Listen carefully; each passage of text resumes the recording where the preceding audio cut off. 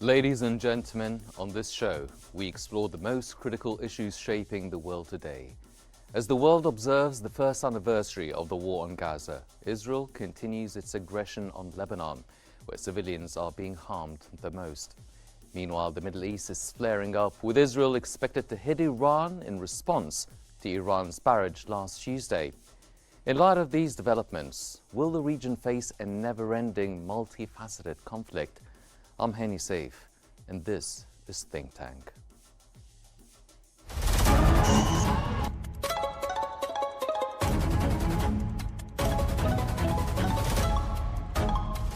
Our world is becoming unhinged.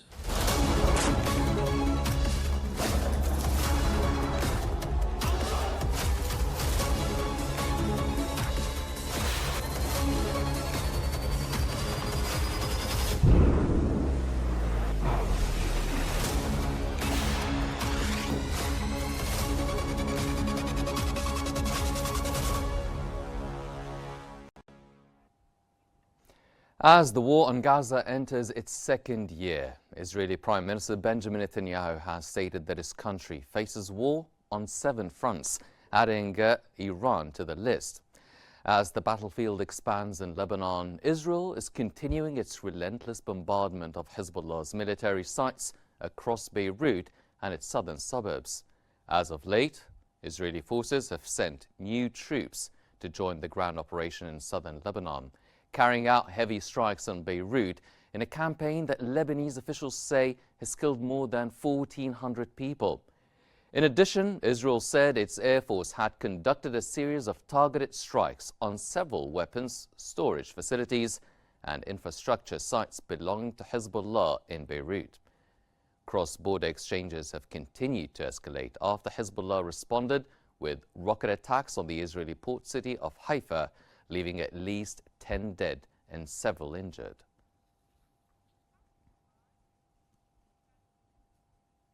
A year into Israel's multi-front war that now includes Iran, the Middle East still flares up amid increasing global calls for a solution that would bring a lasting ceasefire, as Israel is expected to retaliate against Iran. The Guardian highlights how the wave of Iranian missiles affected Israel's policy regarding the next phase in the region. According to The Guardian, Israel's undoubted military and intelligence superiority are faltering on several fronts. In Israel's expanding war, Israeli security analyst Michael Milstein told The Guardian that there have been tactical victories, but no strategic vision, and certainly not one that unites the different fronts.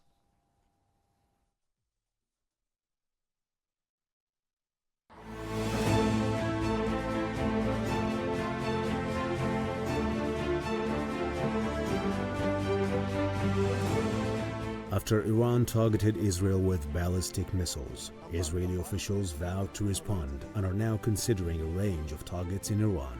Among these possible targets is Iranian oil and energy infrastructure. This possibility raised global concerns that heightened after U.S. President Joe Biden spoke of ongoing discussions regarding possible Israeli strikes against Iranian oil facilities. Biden's comments contributed to a 5% rise in oil prices last week. Goldman Sachs Bank expects oil prices to rise by $20 per barrel if the oil fields in Iran are damaged by Israel. In a recent report, Bloomberg also said that striking Iranian oil facilities could lead to a massive rise in oil prices globally.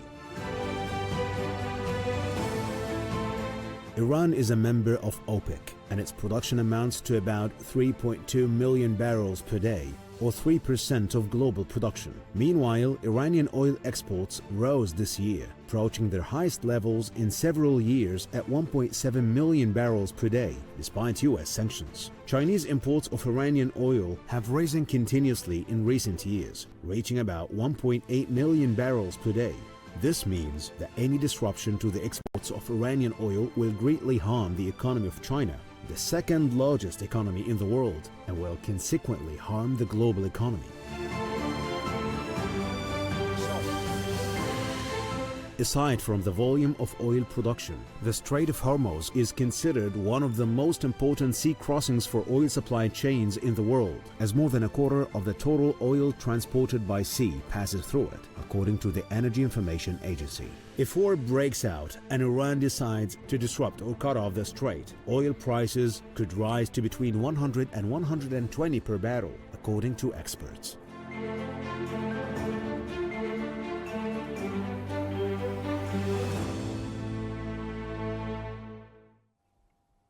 And for more analysis, we are now joined from Paris by Dr. Majid Boudin, Professor of International Law, and from Amman, Dr. Hassan Al-Daja, Professor of Strategic Studies at Al Hussein bin Talal University. Gentlemen, welcome to Think Tank.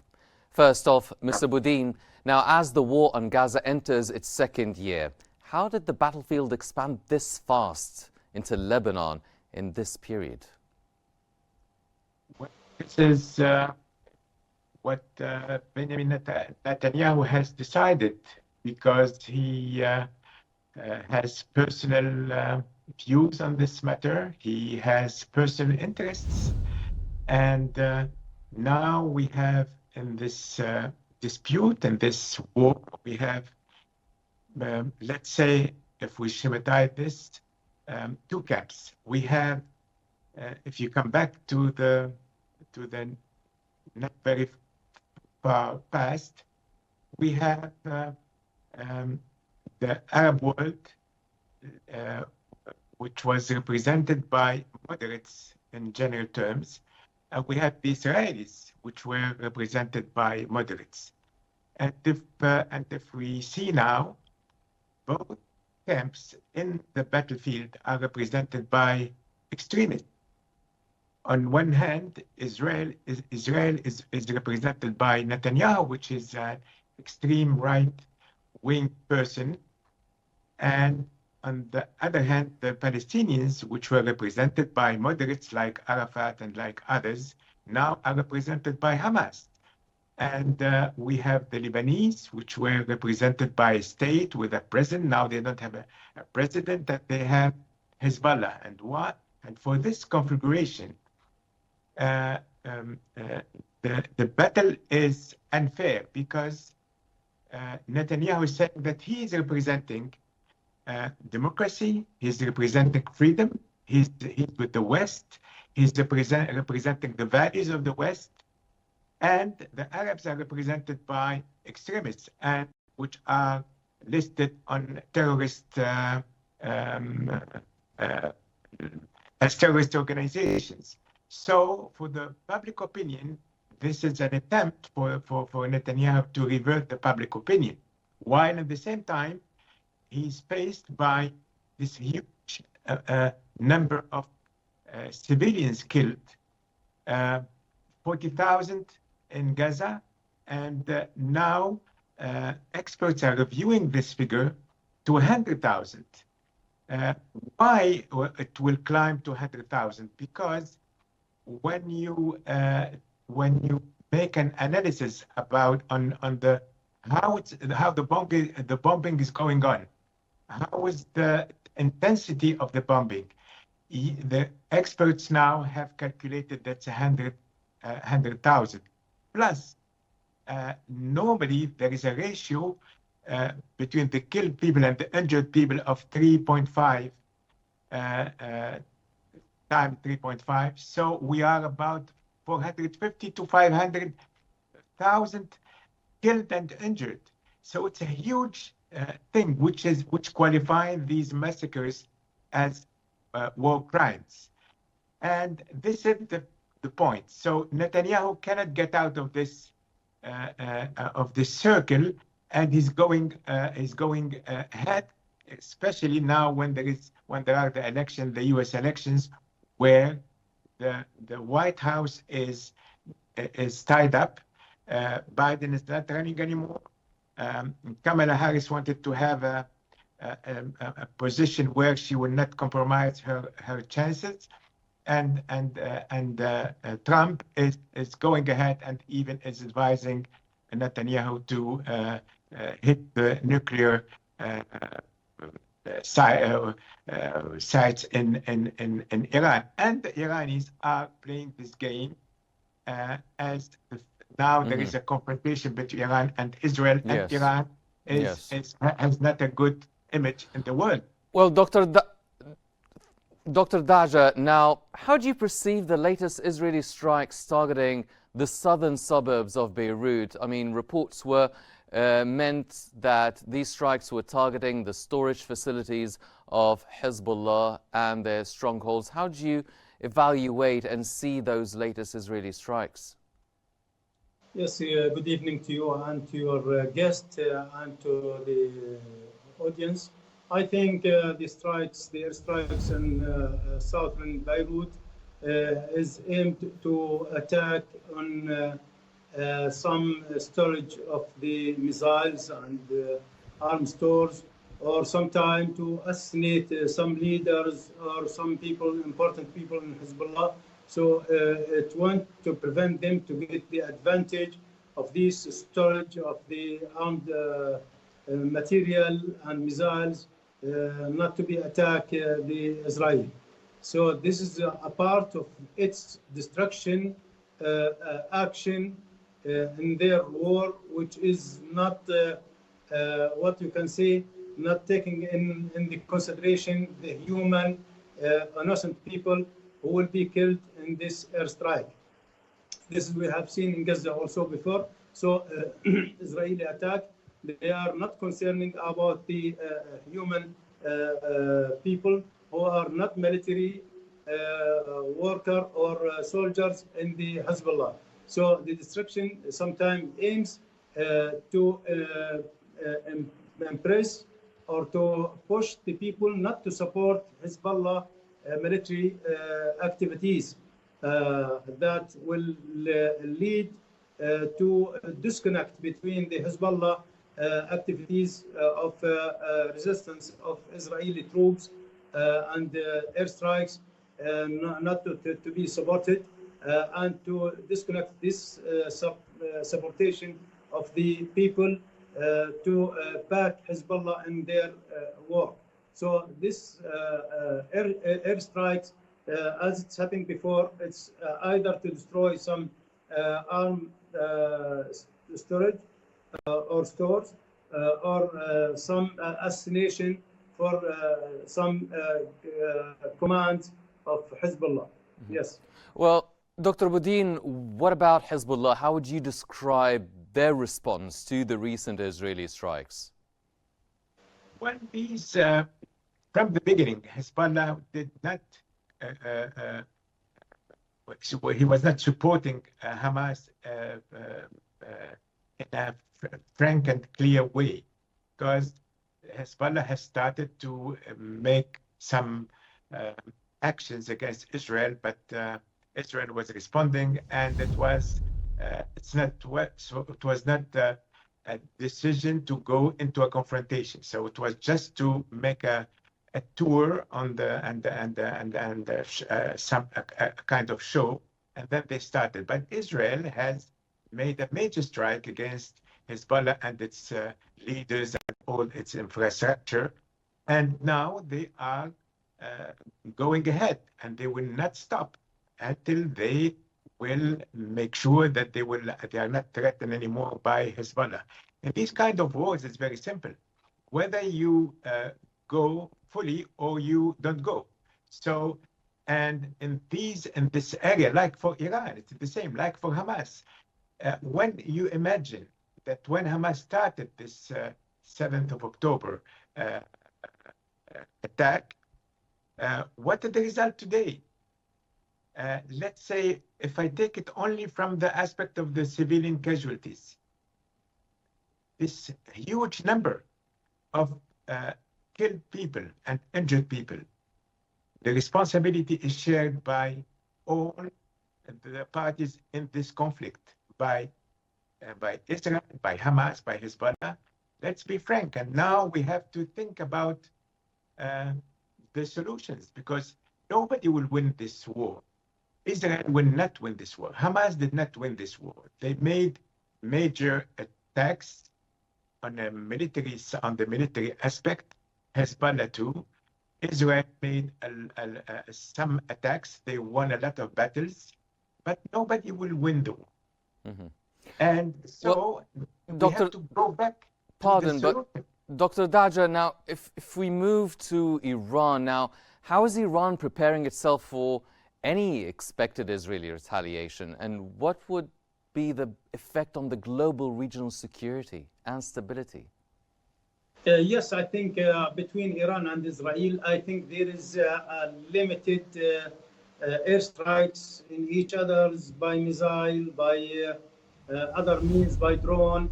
But I think it will be such limited affected areas like the military bases or military headquarters, some important strategic places in Iran, and that will be accountable that not Iran to, let's say, that will do again to hit Israel once more than what happened before, because we have seen in April it was a limited effect in Israeli bases and other places also. But the second one, it was more affected, but not much destroyable to the places which is reached by the missiles and other, because the destruction ability of the missiles is more stronger than we have seen in last time. So I think there will be, let's say, an agreement that will not let Iran go to a comprehensive war. Neither Israel is going to comprehensive war, because the globally will be affected by oil price and oil passage by the sea and air. So this thing will take accountable by the exchanging the hits by missiles between each other, between Iran and Israel at the same time. So Israel is now preparing for responding to the Iranian 200 missile hit Israel, and I think it will be in same situation and same conditions what is affected the Iranian Israeli air bases. I think it will be in same measurement, not more than that. Yes. Dr. Boudin, Dr. Daja, please stay with us while we check out the current escalation along the Israeli-Lebanese border and the reactions. Stay tuned.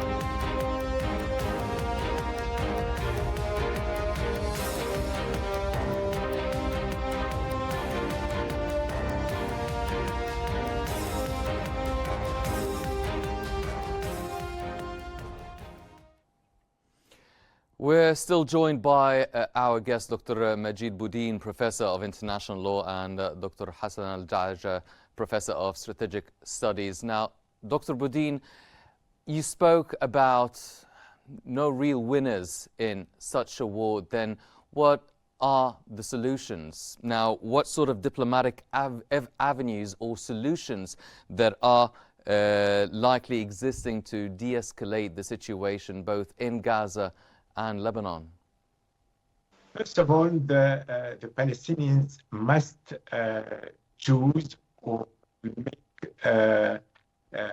rise a new leadership, a moderate leadership, a leadership who can speak to the world with the same values, and that we cannot qualify as terrorist. So this is a must. Lebanon must recover its sovereignty and designate a new president who could speak on behalf of Lebanon and reactivate the sovereignty of Lebanon and defend his country and be on the table of negotiations as sharing the same value than the international community, and who cannot be also, and we cannot say that Lebanon is represented de facto by a terrorist organization. Mm-hmm. So this is the real condition that we have to meet. This is a must. Mm-hmm. After that, we have a tough time to go through now, which is this month until the election, the U.S. elections. After that, the U.S. administration come back to the scene again, and it can take real decisions. Mm-hmm.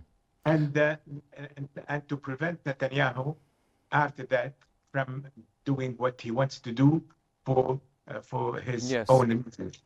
Well, Dr. Daja, now Netanyahu doing what he wants to do, a lot of analysts and experts are drawing up different scenarios to an Israeli response. Now, what would you say are the specific actions that Israel is likely to take in response to the recent Iranian missile, and how might these actions reflect its broader strategic goals within the region? I think, as your guest mentioned, there is no winner in modern wars. And even though there is an exchange of airstrikes from missile strikes between the two countries, Israel and Iran, I don't think this will lead to comprehensive war. I think it's accountable movements not to rise the tension in the area. The United States, they don't want Israel to enter a comprehensive war. Neither they don't want the U.S. to come to participate in this comprehensive war. So there is limitation from United States to Israel. At the side of Iran, they don't want also to go in comprehensive war.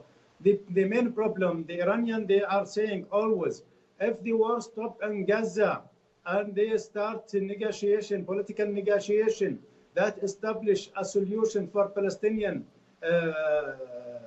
state, I think all the problem will solve. The main thing that the United States is going for a treatment of the result, not of the cause. The cause is the occupation of the West Bank and Gaza Strip. So if the West willing to solve the problem, they have to support strongly the two-state solution that can bring peace and stability for the Middle East. Otherwise, no armed forces in the Middle East can impose its will on other states here. We have seen that missiles started from Iran, from Iraq, from Syria, from Lebanon, from Yemen, from Gaza. So I think Netanyahu, this war is the personal Netanyahu's war. Because if he stopped the war, then I think his political career will stop at this point. Because that is why Dr. Boudin, he's continuing. Well, pardon, Dr. Boudin, now speaking of the position of the West, now French President Emmanuel Macron, he had a very late call for a halt on the arms deliveries to Israel. Is there any other Western allies that would actually support an arms embargo to Israel? Are there any other Western parties and allies to Netanyahu's vision?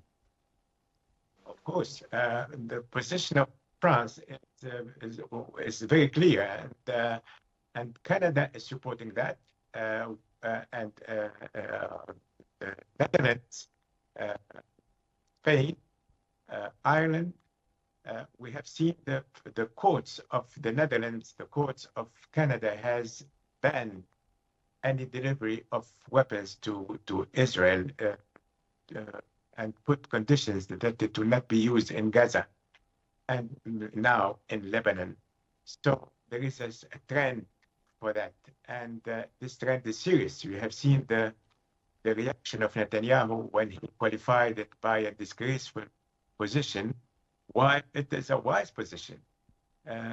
So now Netanyahu is playing a survival strategy. He wanted to survive politically for his judicial problems, for his coalition, which will not be kept as it is if there is a change or if there is a peace process or whatever positive. So this is the matter. Now, how this will go? Probably Netanyahu would now make some strikes on Iran. He will hit some strategic points. Maybe he will hit some oil fields.